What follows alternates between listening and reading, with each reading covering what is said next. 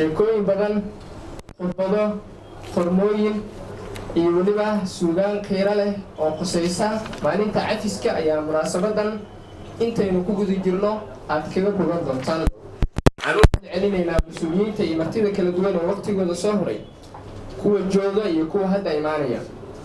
waxaa nagu soo socda oo goodhow imaan doona sidoo kale mas-uuliyiin ka socda safaaradda Soomaaliya. inoo suuro geliyo inaan ka qayb galno mawduucan aad muhiimka u ah oo cafis. cafis haddii laga hadlayo dhinaca shareecada islaamka waa akhlaaqaha wanaagsan ka mid ah. diinta islaamkuna waxay u timid akhlaaqda wanaagsan dhammaystirkeeda.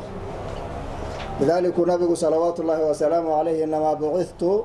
liutamima makaarima alakhlaaq. waxaa la ii soo saaray keliya inaan dhammaystiro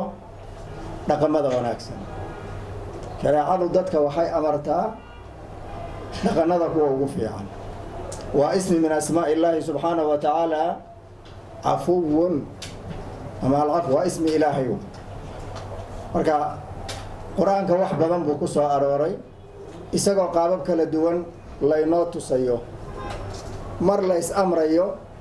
oo dadka hadday wax dhex maraan noocu dooniba ha ahaada waxaa dhex maraya inay iscafiyaan la amrayo.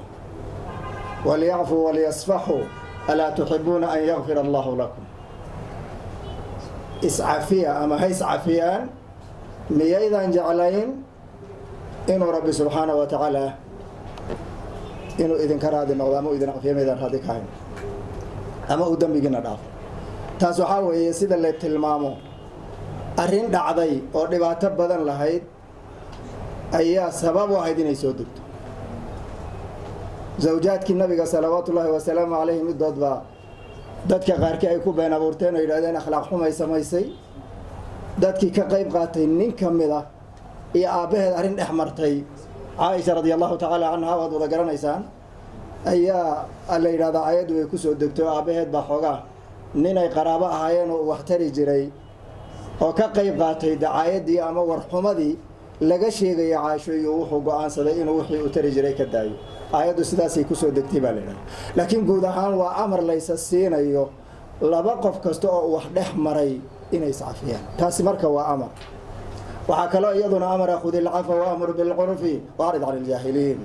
cafiga qaado. cafi waxaa la yidhahdaa luqada marka la fiirinayo wax la tirtiraa la yidhahdaa. waxay dhibaato ahaydee ku soo gaadhay iyo cadhadii iyo cuqdadii aad u qabtay walaalka oo aad tirtirta, sidaasaa loola socdaa. marka intaasoo dhani labaduba waa amar. kuwo badan oo kaleeto amarihina waa jiraan oo dhammaantood wada tusinaya in layna amrayo inaan wax cafino. waxaa kale oo jirta iyadoo laga warramayo qiimaha uu cafigu leeyahay. dad baa la ammaanayay ahlu iimaana oo wanaagsan oo daraja caaliya leh. waalcaafiina can innaasi wallahu yuxibu almuxsiniin. waxaa ka horaysa waalkaadimiina algayda waalcaafiina can innaas wallahu yuxibu almuxsiniin. waxaa weeye waa ka sheekayn laga sheekaynayo ama la ammaanayo dadka wax cafiya. waxaan jeclaan lahaa inaan warka aada u sii badanin. waxaa laga yaabaa inay dad sugaya ay jiraan. isku day qiimaha uu cafigu leeyahay si aad u dareento. qofay wax idin dhex mareen inaad hadda galabta cafido, wuxuu kuu keeni inshiraax qalbiga, inuu qalbigaagu dego ood adiga laftaadu dareento deganaansho iyo qabow badan baa dareemi. jarib. wallahu lii tawfiiq. sheekh maalo saabi maxaa dhahay qaaligaad barnaamijkan ku soo bixiseen oo ah maalin aad noogu weyn. waxaan u mahad celinaynaa dhallinyaradii barnaamijkan nagala qayb qaatay inay isku soo duwaan. waxaan sidoo kale u mahad celinaynaa wariyaasha Soomaaliyeed oo iyaguna kaalin aad weyn ka qaatay. waxaan sidoo kale u mahad celinaynaa oo barnaamijkan naga soo ajiibay safaaradda Soomaaliya iyagoo waqtigoodu uu aad cariiri u yahay. waan u mahad celinaynaa mudane Xabiib iyo tiimkiisa. waxaan sidoo kale u mahad celinaynaa gudoomiyaha ardayda Soomaaliyeed ee waddanka Kenya Xuseen Gahnuug. aad u mahadsantihiin. sidoo kale culimada, wariyaasha, gabdhaha quruxda badan ee halkan ku sugan iyo tiimka cafis barnaamijkan la'aantooda uusan qabsoomi lahayn. waxaan rabaa inaan in yar oo kooban oo ku saabsan taariikhda cafis aan halkan ka soo jeediyo. ololaha cafis ee Soomaaliyeed waxaa curiyay wariye Soomaaliyeed oo maskaxdiisa ka keenay oo lagu magacaabo Weli Xaashi. waa tababare saxaafadda Soomaaliyeed meelo kala duwanna wariyaal Soomaaliyeed ku soo tababaray. waxa uu fikradiisa u soo bandhigay wariyaasha, kadibna wariyaashu way la qaateen fikirkaasi cafis. in muddo ayuu soo socday, sanado badan ayuu soo socday. laga yaabee in intayna badan aan ka war helnay 2 sano ugu dambeysay ama sanadkii ugu dambeeyay. waxaa ololahaas kadib la qaatay culimadiin, aqoon-yahano, haween iyo dad badan oo samafalayaal ah. ololahan kuma saleysna wax siyaasad ah, qabiil, mashruuc ama wax kale. ololahan qof walba oo Soomaali ah ayay xil ka saaran tahay inuu ka qayb qaato. sanad walba marka la gaaro 28ka Juunna waa maalin caalami ah oo la isugu yimaado. sanadkaas kaliya kuma eka ama maalintaas kaliya kuma eke, waxay ku eg tahay waxaa la qabanayaa maalin walba oo gobolada dalka. waad aragteen ayaan u malaynayaa in meelo badan gruubka cafis ama tiimka cafis ay tageen oo ay qabaa'ilo walaalo ah oo dagaallo ay ka dhaxeeyeen inay heshiisiyeen oo arrintaasi ay qaateen markii cafis la soo bandhigay. waxaan sidoo kale rabnaa inaan ka codsanno dowladda Soomaaliya oo nagala joogo mudane Xabiib oo safaaradda Soomaaliya ka socda in 28ka bisha Juun sanad walba in dowladdu ay u aqoonsato maalin caalami ah oo cafiska Soomaaliyeed ah. waad mahadsantihiin. السلام عليكم ورحمة الله وبركاته. سلام كدب هل عفيو و موضوع عاد في عن أو عاد قيمة بدن. وحن ربا مركا قيب كميد إن أنا وحكتابته أو أي سوف أسجليسه أو أي كميد هاي اللي هذا توبت كان قفكم مركي أو دم بالجرا وحأفرن إنه توبت كانوا مركز وحوي أفر شادي علماء السينما شيئا لا هاي waxaa ka mid ah qofku in uu dambiga markaas gacanta kala baxo, laakiin asoo dambiga gacanta kula jira haduu yiraahdo waan toobad keenayaa, toobadiisu ma ahan toobadta nasuuxada Quraanku sheegtay. sidoo kale waxaa ka mid ah in uu qofkii uu dambiga ka galay cafis weydiisto asaguna uu cafiyo. waxaa kaloo ka mid ah in uu ka qawmameeyo dambiga asaga ah. waxaa kaloo ka mid ah in uu mar dambe inuu soo laabanay go'aansado. marka maansadeed waxaan rabaa inaan ku soo qaado toobadkeen. toobadkeenna waxay oranaysaa sidatan: bulsho yahay tixdaan gabay haddaan talo ku soo jeedsho, tusaalooyin dheer haddaan taraf ka soo qaato, tartiibtii wacnaydiyo haddaan qodob idiin taabto, iga tabiya tilmaamaha culculustixana weeyaane. tarjumaad ma doontiyo inaad taym ku dhumisaane, afkii hooyo baa lagu tirsho waa tilmaan sugane, haddaan sii tibaaxee mar kale kuu turxaan bixiyo waa toobadkeen iyo tirtirid ceebihii tagay. ibnu aadankan tabarta yari ma lahan tawfiiqe, qaar baa tawreed iyo injiil tuuray waa hore qaar baa tabeella aan wax tarin ku taabacay, tawxiidka qaar baa ka tago naar tilmaansaday, qaar baa timaha caabudiya sanamay taagteen, nabi ciise bay tacabudaan qoom tallaabsaday, rabbinimo kuwa tiigsan yiri oo talaaraxay, toorihii fircoon uu ku tagay tubihii haayaane. qaar baan islaamnimada toos ugu tibaaxayne, tiirarkeeda qaar baan tixgelin toon ka buuxaaye, qalbigoo tirtiran bay tawxiid beena tabiyaane, oo taagdaradii ina salol wada tix raaceene. waa munaafiqiinta ina salol wuxuu ahay Cabdullah bin Salol, ninkii nabiga kaleey salaatu salaam la kulmay, saxaabada la joogay, laakiin aan iimaanka ma kansan. qaar baa islaamnimada toos ugu tibaaxayne, tiirarkeeda qaar baan tixgelin toon ka buuxaaye, qalbigoo tirtiran bay tawxiid beena tabiyaane, oo taagdaradii ina salol wada tix raaceene. afartaas tusmeyntaan rabiyo tudciyo waaweyn dheh, kufrigiiyo intii taabacdiyo tumashadoodii dheh, awowgay midkuu tiran jiray oo dhaqankii toosnaay dheh, tigaadaan lahayn oo dad kale naga tallaasheen dheh, tifiqdii cirkoo horay iyo tarankii roobaad dheh, ballidoo tiftiri iyo rahoo turay uburtii dheh, biyo togaga jiifoo ilmuhu ay ku tamashlayn dheh, alla ilaaha tacbiirkaa rabiyo taqasuskaygii dheh. afar kalena taariikh horaan yara tusaalayne, xaajo taagan taadii hore looga tib qaataaye, tiradii saxaabada markay carabi soo tuurtay, carabtu markii ay saxaabada nabiga kaleey salaatu salaam hijradii ka soo carareen ay imaadeen ardu xabasha, dadkii soo dhaweey waxaa la sheegay inay Zaylac ahayd oo Soomaalidu ay soo dhaweeyeen, islaamnimadana ay ku qaateen xoog aysan ku qaadane ay ku qaateen soo dhaweyntaas. tiradii saxaabada markay carabi soo tuurtay dadkii aan takoorine dhammaantaa kulaan nahaye islaamnimo tahdiid aan lahayn tiigsadaan nahaye towrad wada muslima oo kufrigii tuurtay baan nahaye gaalnimo rabbaa naga tiroo nagu tahluukayne afrikada tin lagu beerayo toosan baan nahaye tobaneeye baan nahay dunidu tirub ka dheelaane soomaaliay dad tiro kooban iyo tol u yar baan nahaye sharaftaan inagu tuurnay baa gaal ku tamashlayne haddii aan tanaasuli lahayn talis ma weyneyne tashi baa wax lagu wada noqdaa amase tawfiiqe towbad qira dadkaygow dhammaantiihu nagu raagye towbad qira dadkaygow dhammaantiihu nagu raagye isku tiirsanaan bay gacmuhu tabar ku yeeshaane tayo ma lahan bidixdaan marnaba taakulayn midige walaalkaa intaad tuhun xun iyo fara ku taagayso adna inaad tixgelin yeelataa waa barkumataale tumun laysma dheero dad waa tarankii reer aadam taqwadaa sarrayn lagu helaa amase tawxiide tiifowga adigaa qabiyo toos xanuun badane takhtar aad takoorkana kadaa dhalasha waa tiiye doqontaan intay taahdo garan tabashadeediiye wixii taangiyaa laysla dhacay meydku tiro beelay dhiiggii sidii tuba la furay togaga raacayay jumlo iyo tafaariiq dadkii tiirka la horgeeyey toogashadii sinaantiiyo kufrigiina laku soo tuuray tafsiirkii la tiray baan isiri tiihu naga raaciye toobadkeena soomaaliya talo intay joogto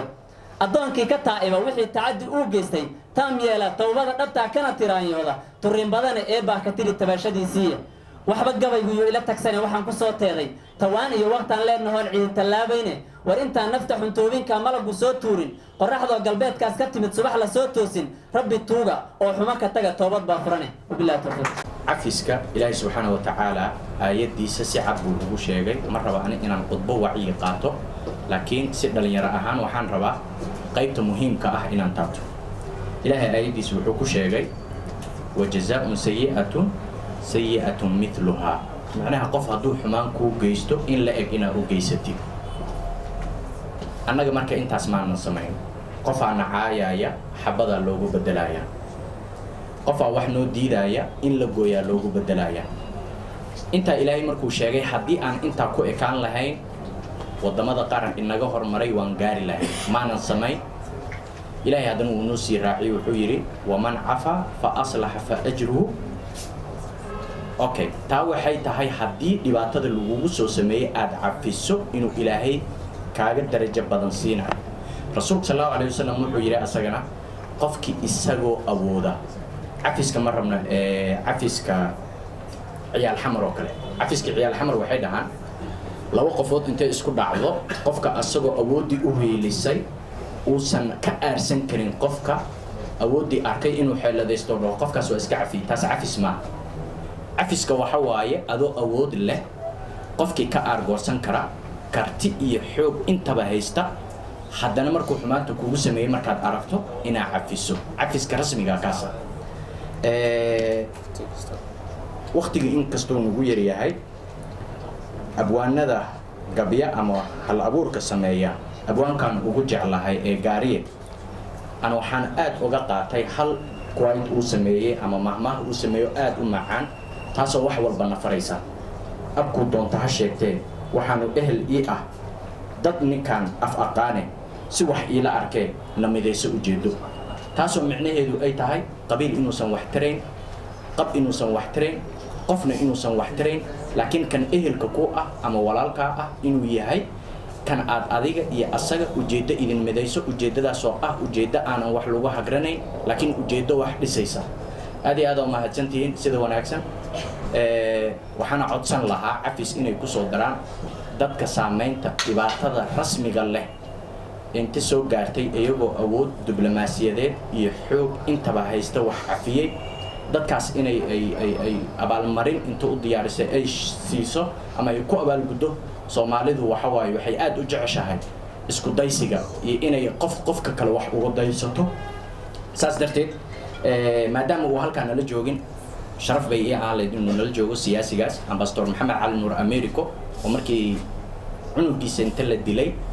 qofkii dilay xeebtalayda intuu ku arkay asagoo awood u leh inuu dili karo haddana cafiyo saasoo kale waxaan rabnaa dadka siyaasiyiinta ah waxay hadda ku soo aroortay aarsiga waxa waaye siyaasiyiinta inaan la isku cuqdadayn siyaasiyiinta way maqlayaan way arkayaan way gaaraysaa fariintan waxaan leeyahay siyaasiga inuu siyaasiga kale ku daydo dhalinyaradana ay eegaan oo ayaga laftirkooda isugu soo noqdaan waxa hadda dalka horinaayo oday maaha haween maaha dhalinyaro waayo dhalinyarada waxaan ka codsanayaa maadaama aan wakiil u ahay dhalinyarada inay ayaga raadiyaan sidii dalka ay u dhisi lahaayeen oo ay ka leexdaan inay dalka huriyaan waxaan uga faa'iidaysanayaa hal kalmo madasha murti iyo micnaha tibaax midna kama dhihi doono badan balse hal eray inaan ku darsado oo ah howlkan hadda waxaan ku fadhinaa dhalinyaro laba qof hadday ugu badnaato ama saddex yaa laga yaabaa inay 40 bracketka ku jiraan ama micnaha waxaa waaye wixii la mida laakiin inta kale inay micnaha waxaa dhalinyaro daayari inta ka yar yihiin dadkaas howlka ku jiro dhalinyaradannimadaas leh meeshan keliya maaha ee madal walboo Soomaaliyeed bay sidan ku yihiin guud ahaan dalka Soomaaliyeed sidan ku yihiin dibadda inta joogtay micnaha waxaa waaye geyga adduunka aynu ku noolahay bay sidan ku yihiin marka innaga dhalinyaro ahaan markii madasha sidan oo kale cafis aynu ku sugannahay waxyaalaha la rabo inaan isxusuusino waxaa ka mid ah wixii aabbahaa dilay ee ayaydaa dilay ee adeerkaa dilay adiga yuusan ku dilina iska daa aabbaha wixii dilay inaad hadda daba socoto oo wixii adeerkaa dilay inaad daba socoto ood weli raadkii sii hayso ood ujeeddadii raadinayso iyo su-aashii maxaa loo dilay adigiina maanta micnaha waxaa waye aad jidkiisa ku socoto natiijadu waxay noqon kartaa keli in adigana lagu dilo marka si innagu aynu u badbaadno kuwii horena taariikhda micnaha waxaa waaye ay uun qayb uga galaan innaguna taariikhdayna aan u ilaashanno aynu ka taariikh duwanaano dadkii inaga horreeyey waxay ku suurtageli kartaa inaynu nolosha cusub iyo wadciga cusub ee dadku nool yihiin la jaanqaadno oo ah in sida dadka insaanka adduunka ku nool ay u nool yihiin inaan u noolaano dadka inaad ixtiraamto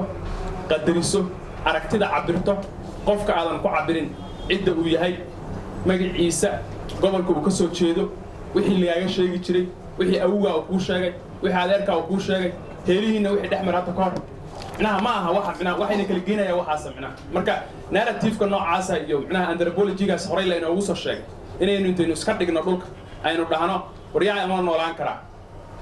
yaan isfahmi karnaa oo la noolaan karaa oo nolosha waxay kusoo kordhin karaa dadka inaad aragti kusoo jiidato dadka inaad kusoo jiidato fikir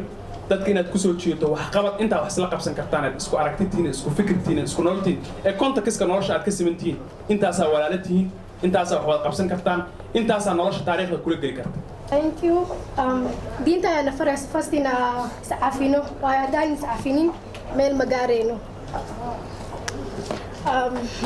haweenka waa qalbi jilcayihiin that's why uu cafis badan ahle dhalinyarada magaalooda laakiin waa ku dheerayna cafiska so waa inaa iscafinaa markaa iscafino meel gaari karna haddaan iscafinin weligeena meel ma gaarayno walaalkeen haddaan cafinin biri wax ma isku qaban karno haddii cafiskana la badiyane waxaa yeeshanaynaa good mental relationshipkeena waa fiicnaan doonaa iscafiyo horta soomaalida meel walbay joogto iscafin way u baahan tahay dhan walbay ahaato soomaali maaragtay midba midka kaloo wax ka tabanaya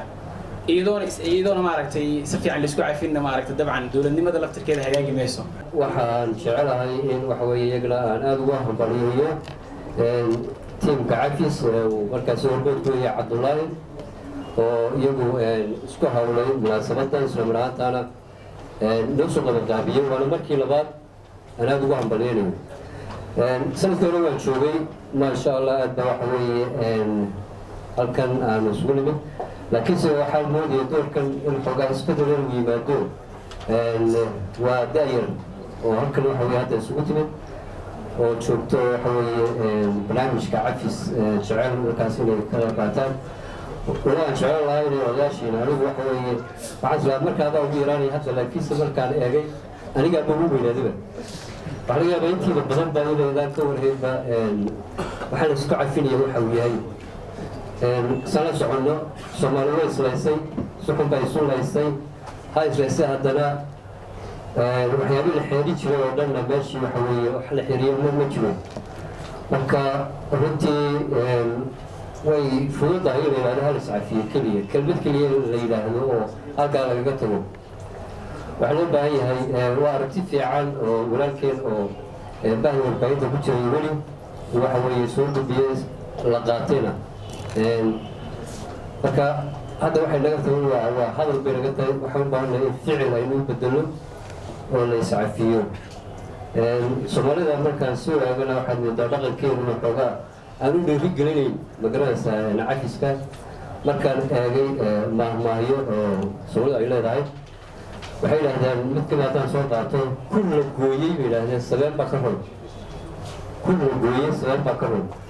macnaheedu ula jeedo qof haddii waxa weeye la dilo dee dhib ma laha waxa weeye de waa laga wada hadal baa ka dambayn doona marka waxaad moodaa dhaqankeenu inuu aada waxa weeye u xoojiyo in haba yaraatee xagga nabadda aanu aada waxa weeye uga shaqaynin dee dhaqankao dhan baa waxaa markaan ka hadlayo dadka waxa weeye reer guraaga maaha beeraleyda kuma jiraan ya laakiinse dadka waxa weeye reer guraaga ama raacatada waxaad moodaa in iyaga ay ku adag tahay cafiska waana taan isleeyahay in xagga dhaqanka loo noqon weyn oo bal iyaga waxa weeye aan kaga bilowna xaggii cafiska xaggii dhaqanka marka waan kusii dheeraadeen aniga waxaan jecelahay waqtiga aad noogu yar doorka saxaafadda ayaan jecelahay inay waxaweye kelmadooda aan ka idhaahdo aan usoo kacay isaan la socono saxaafadda waxa ay ka mid tahay meesha waa meel bulshada ay isugu timaado waa meesha kulmisa bulshada noocu doona ahaado aqoonyahan ahaado siyaasi ahaado mas-uul sare ahaado shacab ha ahaado ha ahaado bulshada reerka qaybeeda kala gedisan waa meesha markaasi qof kasta oo waxa weeye ama cabanaya ama fikir gudbinaya oo meesha waxa weeye ay isugu yimaadaan marka inagoo doorkaas waxa weye saxaafadda ay leedahay ayaa waxaa muhima wariyaasha runtii kaalin weyn ayay ka qaataan waana waxa weeye ilaa hadda waa hayaan waa kuwa inta codka waxa weeye gudbinaya oo waxay kaalintooda uga qaateen waxaa loo baahanya markaasi in si arrintaas aan usii xoojino cafis suurtagal maaha in laba gacmood inta maanta isasaarla aynu helaan iscafina suurtagal maaha waa in aynu waxa weeye warbaahintu maadaama ay tahay tiir muhim oo indhihii waxa weye bulshada oo iyadoo ay noqonayso meesha keliya waxa weye laga hagi karayo bulsho dagaal ehliya uu ka dhacay oo iswadalaysay oo magaranaysaa in sheeg u baahan in layska cafiyo marka hore waxa warbaahinta aynu xoogga saaraa sidii aynu bulshada waxa weye inagu aynu soo dhawanayo kow waa kaalinta koowaad ay qaadan karto warbaahinta barnaamijyo fara badan baa jira oo laga sameeyo oo anigu aan ogahay oo ku saabsan waxa weye sidii bulshada la isugu keli lahaa waxaa loo baahan yahay kaalinta keliya ilaa hadda laga maqan hadda warbaahinta nahay waxa weeye waa warbaahinta tooska ah waxa laga yaabaa barnaamijyada inta badan aan qabanaa waa barnaamijyo ka yimaada meel ka yimaada laakiin sida waxaynu abuura ma aha barnaamijyadaan qabanaa waa barnaamijyo sidii wax magaranaysaa ii sheeg laynoo yeelinayo oo kalea in la sameeyo hadday noqoto kuwa gaarka loo leeyahay iyo kuwa dowladda loo leeyahay marka waxaan oran lahaa hala sameeyo barnaamijyada waxa weeye arrimaha bulshada ka hadlaya lagu horumarinayo lagu cafinayo waxa weeye xagga nabadda walba u badan marka warbaahintan baaqaas la diri lahaa talabaad dowladda waxaan oran lahaa oo hadda wakiilada xubin nagala joogo sida ay codsadeen tiim cafis iyo waxa weeye inta kale markaasi la shaqaynaysaa in si waxa weeye waxay suurtagal u noqdaan islamlaantaana loo helo magaranaysaa hab sharciyana oo wax walba loogala hadlo in waxa weeye fariintaas ay qaadaan oo ay ka dhigaan maalintaas 20 Juun oo maanta ku beegan maalinta cafiska in lagu daro sala soconaba deegaanka berigoor waxaa loo jiray ii sheeg way koobnaayeen maalmaha la xusayo hadda waxaa arkaysaa maalinta farxalka maalinta waxaa arkaysaa ii sheeg aabaha maanta iyaduna way soo socotaa marka fariintaas xabiib badan waxa weeye oo nagala jooga in laga qaado waana shay aad muhiim u hadda waxa weeye ku habboonta in magaranaysaa ummadda Soomaaliyeed aad waxa weeye looga wacyigeliyo waxaan leeyahay bogaadinaya barnaamijkan waa muhiim dowladda Soomaaliya fariin ah la gudbiyo iyo dowladda Soomaaliya aniga waa aqoonsato maalintan maalin qaran taas horta dowladda iyo bulshada hoggaanka waxa sida saxda ah dadweynaha oo bulshada hoggaanka sababtoo ah waxa ay rabto ayada dowladda fariinta gudbisa kadibna dowladdu waxay ku shaqeysaa hadafka iyo himilooyinka dadweynuhu ay rabaan marka haddii ay noqoto maalin ka hirgasha geliga Soomaaliyeed in loo aqoonsado alqabataan munaasabado ee dhiirigeliya dowladnimada waxay noqonaysaa waajib inay u aqoonsadaan marka taas waxay ku xiran tahay fursadaas in la abuuro sida aan u abaabulno barnaamij noocan inuu Soomaaliya oo dhibaato badan ka dhacday xaqiiqdiina u baahan barnaamijkan in laga hirgeliyo in si fiican loo gaarsiiyo aniga farintaydu waxaa waaye in qof kasta oo marka hore saa sheegay duruub geystay uu cafis qofku u geystay weydiisto ilaahayna weydiisto qofkii loo geystana inuu samir ka muujiyo annaga waxaan loo sheegi jiray ama aan kusoo kornay ama soomaalida u dhaqan ah dembiyo la kala sheego iyo waxaan sax ahayn oo dhalinyarada soomaaliyed ay ku hanaqaadeen oo la leeyahay magaalo heblo reerkiinaa lahaan jiray marka waa laga qabsay reer hebel oo codad aan ka qabno leenahay goormaan ku laaban doona inaan magaalaas yeelano reer fiican baad ka dhalatay waagood ayaa dalka xukumi jiray hadda laakiin qolaar dulmaday oo inaan soo celino waaye awooddii reerkaasoo ay lahaan jireen waxaan ku kornay maxaa la yidhahdaa ii sheeg reerkiina waa laga lafteed positive ka dhinaca reerkiina waa laga fiicnaan jiray meesha ku laabanina hadda idinkaa gacan sarreeya xagsada haysta iyo waxyaala noocaas oo aan bulshooyinka kaloo caalamka ku badnayn marka waxaan rabaa dhalinyarada soomaaliyeed inaan ku dhiirageliyo in waxaas ay yihiin khuraafaad naloo sheegay oo been ah oo waxba ka jirin haddaa inta guddoomiye wuxuu dhahayay haddaa aftirsataan gabdhaa gelaysaan gabdho waa hooyooyinkeen waa jecelnahay oo miisaanka markii la saaro hooyadii aabbaha qof kastoo nagan inta badan waxaan dhihi karaa 80% miisaanka markii nala saaro waxaan wadaadina dhinaca hooyada jacaylka hooyaa la wadaadaya ugu dhaway laakiin warintiis dhaqanka soomaaliyeed ama sida abtirska diintaaba waxaa lagu abtirsadaa dhinaca aabbaha dee beheblood iyo bahma jeerteen iyo bahogaadeen iyo maxaa la yidhahda isheeg baha awartable iyo waxaa jira baho dad qabiilaad oo magacyo u yihiin oo sax marka dee baha hortable odag dhali ma jiro waayo marka macnaheedi hooyadaa lagu arka marka waxaan abtiriskaahu waxa weeye waa sax waa adigu waa taqaanaa aabihii ku dhalay aabihiis waa macquul inaad taqaanin laakiin haddii dib loo raaco dad kurtigood walaalo ah oo wada dhashay oo ehel ah baan nahay waa inaan ku dhiirano inaan diidno inaan qayban nahay oo abtiris ka sarreeya aabbaha iyo waalidka oo inta adigu aad garanayso ama waalidka ku horo aan salaada kaa jirin inta aad garanayso marka loo gudbo inta kale dadka soomaalida inay ku simaa waayo oo adigu aragta halkoo sida yihiin dad walaala ay yihiin midda labaad cafinta waxaa qayb ka ah dadkan dhalinyaro waaye fariinta hadday qaadaan ama fursadaas fahmaan hogaamiyaasha dalka oo meelaha hoose ka bilowda kuwa ugu hooseeya annagoo ku jirno mas-uuliyad baana saaran safaaradda soomaaliya joogaa haddaad qalab markaa shaqo qabataana qalab gashaa oo qalab geystaa sidaadaba haddaad shaqo qaban oo gurigaaga joogtid qalab ma gelaysa waxaa qalab gelaysaa markaa shaqo dadweyne aad qabatid oo bulsho mas-uuliyad lagugu dhiibo intay rabaan hala ekaadeen markaasaa qalab gelaysaa marka waxaan ka codsanayaa madaxda meesha ugu sarreysa iyo kuwa ugu hooseeya annagu aan ka mid nahay in markay qalad galaan la cafiyo oo cafis loo sameeyo sababto waxaa waaye qalad waa naga dhacaya markaa rabna inaan qabanno marka halays cafiyo oo hala cafiyo madaxda weliba hogaamiyaasha sare oo sida madaxweynaha iyo dalka awli amriga oo loo doortay qalad uu ka dhici karaa iyagoo miisaan culus saaraya haddana annaga waxaan rabaa inaan qaladkay geysteen qarinada bulshada caalamka waxaa waaye madaxdooda qaladaadka ay galeen ma ahan qof qaladkiis markaad iftiimiso qaladka uu galay hal qof qaladkaas ma gelin macnaha qarankaas oo dhan baa galay ka macnada marka bulshada adduunku way qariyaan qaladaadka madaxdooda ay galaan sidaas darteed waxaan ka codsanayaa in madaxda qaranka loo ceeb qariyo oo wixii qaladoo ka dhacay la qariyo lana cafiyo oo qulubta lagala shaqeeyo la cafiyo tan ugu dambaysa waxaa waaye annaga dhallinyaraan nahay mas-uuliyad baana saaran waxyaalo fara badan baa naloo soo sheegay waa wax wanaagsan waa ka dhaxalnay waalidiinteena iyo awoyaashana laakiin inta badan anigu ma garaabay odayaasha wax ka dhaxalna ma dhaho odayaasha wax ka dhaxalna intay dhaxleen dhallinyarada ahayn bay waxna tareen mar kasta abaada sheegto layidhaha waagaas waa guulaysato ummadda soomaaliya waxaa leeyahay dhallinyaro baa waagaas guul horseeday marka annaga dhallinyaradii baa nahay waktiga madaan joognaa mana aaminsanin dadka yidhahda marab waxaatiin madaxdii mustaqbalka waxaa madaxdii maanta oo annaga dalka iskale xukunada mas-uuliyadduna annagana saaranta intayna hadda meesha fidhino dhallinyarada marka waxaa fariintoodu waxaa waaye in aan dalkeenna u istaagno dowladnimada hadda aan haysano oo unugaana la garab istaago waxaan aaminsanahay dowladda hadda jirta inay dhallinyarada soomaaliyeed fursad u abuurtay oo xarumo badan oo horey aynu u joogin dhalinyaro soomaaliyeed daayar oo idinkoo kale ah oo anigu aan ka mid ahay inay fursad la siiyey oo ay jaanis haystaan oo golaha wasiirada markii laisdaba dhigo gudoomiye gacmuhu wuxuu dhahay baraaka foodhiga qofka dul jiro adigu ku jira waa dhalinyaro golaha wasiirada oo 66 ah qof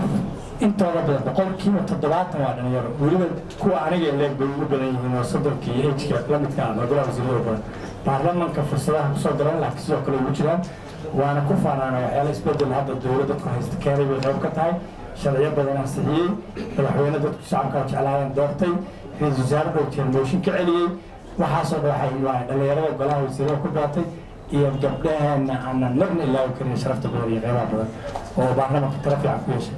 marka waxaan idinka codsanayaa idina soo jeedinayaa fariin dowladnimo oo ah in dowladnimada la taageero idinkaa iskale qof kastoo markaa kulka soo jooga wuu tagayaa laakiin idinku waa haraysaan hala iscafiyo anigu waxaan saa u sheegay cidna waxuma haysto ma cafiyaya laakiin waxaa la yaabay wax laga tagtay hala iscafiyo cafiyo masaalax hala iscafiyo